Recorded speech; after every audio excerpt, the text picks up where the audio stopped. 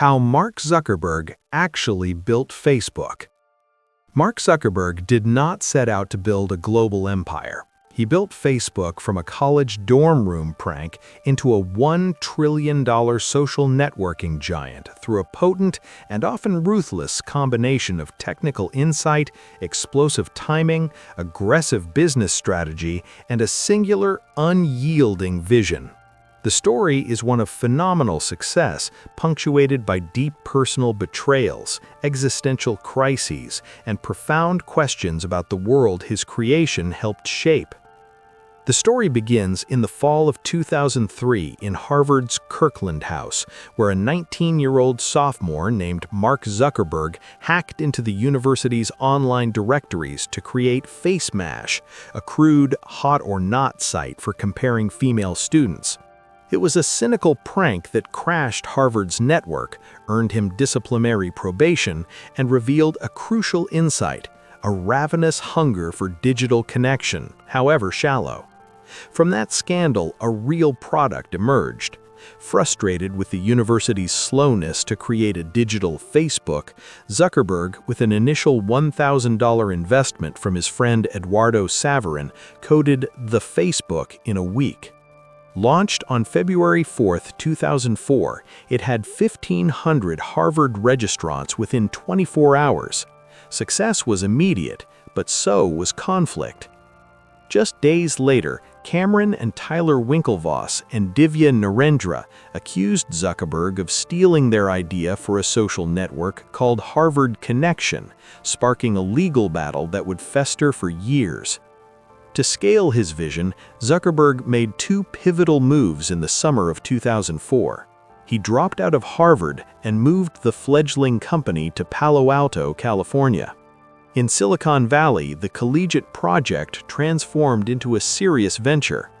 He met Sean Parker, the charismatic co-founder of Napster, who became Facebook's president. Parker secured a crucial $500,000 investment from PayPal's Peter Thiel and instilled a foundational mantra: Facebook would not be sold. This new, aggressive Silicon Valley ethos directly clashed with co-founder Eduardo Saverin, who was in New York trying to sell ads. Zuckerberg and Parker viewed Saverin's efforts as out of step with their move-fast culture. In a brutal power play, they diluted Saverin's ownership stake to a fraction while he was out of the country, effectively freezing him out of the company he helped found. This move cemented a core tenet of Zuckerberg's leadership: business came before friendship, and the company's mission trumped all. With the team solidified, growth became an obsession. The site, now just Facebook, opened to high schools and then in 2006 to anyone over 13. A key innovation was the news feed, a controversial but addictive stream of constant updates that transformed the platform. By 2008, it had surpassed MySpace. To monetize this exploding user base, Zuckerberg made his most consequential hire, Sheryl Sandberg, in 2008. As Chief Operating Officer, Sandberg was the adult in the room. She built a sophisticated, data-driven advertising empire from the ground up, turning Facebook's vast trove of user information into a profit engine. Under her guidance, revenue soared from $200 million in 2008 to tens of billions. After a rocky 2012 IPO that saw its stock price plummet, Facebook faced a new existential threat: the mobile revolution.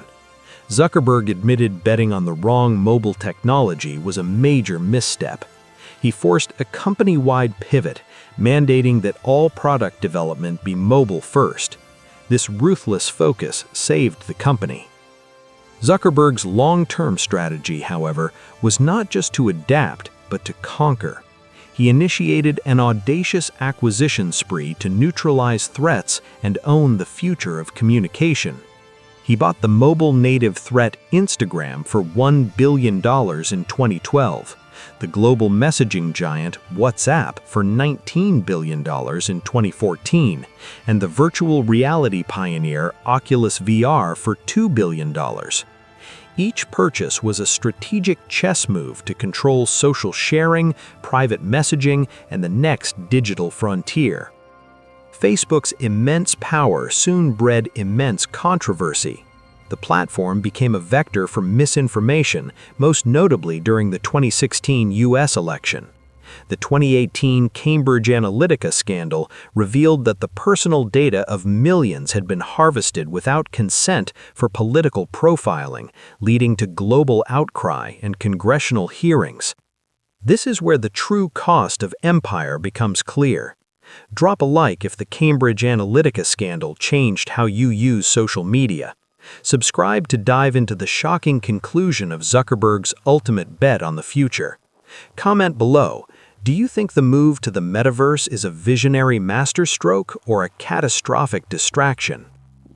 Internally, leadership was criticized for prioritizing growth over safety.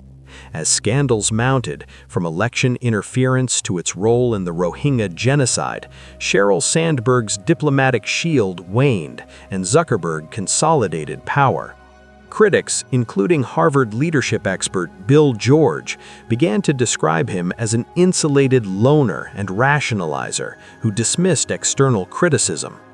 Zuckerberg's ultimate response to these challenges was his boldest bet yet, the metaverse. In 2021, he rebranded Facebook Inc. as Meta Platforms, committing to spend billions to build an immersive virtual future. This was the culmination of a long-term vision, but it also represented a stark pivot away from the social network's original identity, asking whether the future of human connection should be built and owned by a single corporate entity. This is where the true cost of empire becomes clear. Drop a like if the Cambridge Analytica scandal changed how you use social media. Subscribe to dive into the shocking conclusion of Zuckerberg's ultimate bet on the future. Comment below, do you think the move to the metaverse is a visionary masterstroke or a catastrophic distraction? Mark Zuckerberg built Facebook by seeing a latent human desire for connection and scaling it with relentless focus.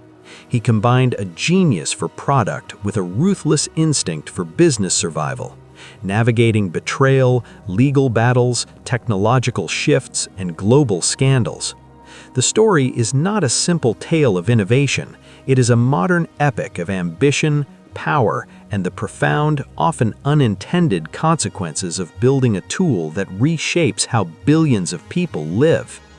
The final chapter on his creation, now called Meta, is still being written, as it strives to build a new world while grappling with the one it transformed. The story of Facebook is the story of our digital age, for better or for worse. If this deep dive changed your perspective, please like the video. Subscribe for more untold stories of the companies and crises that shape our world. Finally, tell us in the comments, what is the single biggest lesson we should learn from the rise of Meta?